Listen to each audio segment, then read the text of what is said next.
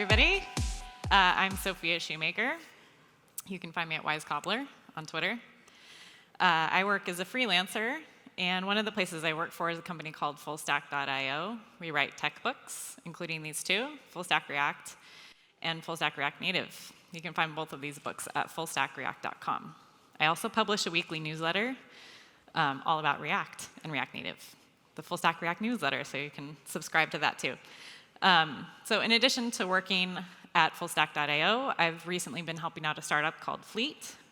It's an over-the-air update service. So for example, if you have a hardware device and you need to update the software on it, you can use Fleet to deploy those software updates. So this is what the main dashboard looks like when you log into fleet.com. The Fleet application allows you to group your devices however you want. These groups are called fleets.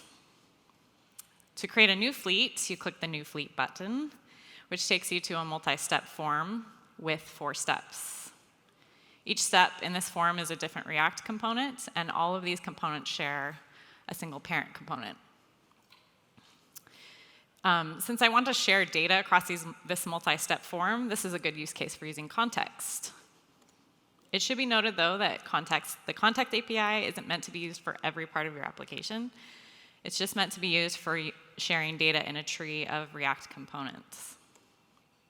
So prior to refactoring this code to use context, this is what the instances of the form components and the parent component looks like.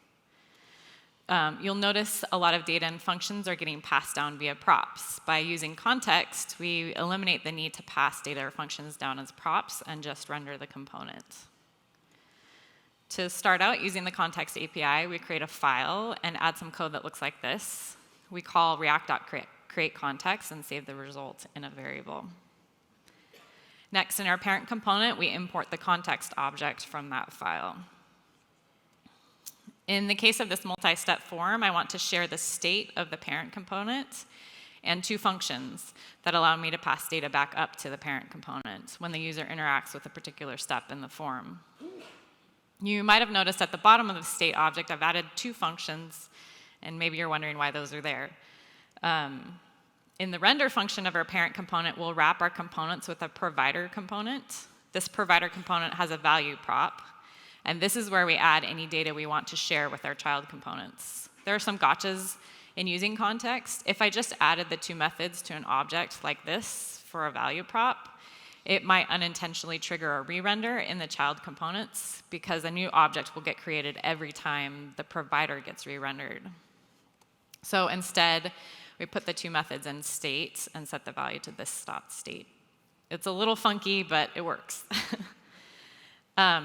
So now, in order for our child components to have access to the data, we need to modify them slightly. As of right now, there are 3 different options for using context in an application. You might be familiar with this way of using context with a component. With the release of version 16.3 of React, this is the way to use context, and this is totally fine. There are a couple of more ergonomic ways of using context that were released this week. So let's focus on those new ways to use context. In version 16.6 of React that was released on Tuesday, the class property context type was added to allow for a simpler way to use context. This is another option for using context in an application. In the child component, we import the context object, and then instead of wrapping our component in a consumer component, we just add the context type property to our child component class like this. By doing this, we can now access data using this .context. So for example, in one of the methods in one of the child components calls this.props.update form data, and now it calls this.context.update form data. So with the new announcement about hooks, we have a third option for how to use context in our application. Since using hooks would require a significant refactor of the steps in my form, and Dan said not to refactor everything, I'll show you what I would do if I wanted to add another step in my form and instantly have access to all the form data and functions without having to pass props down. So first, we'll import the useContext hook.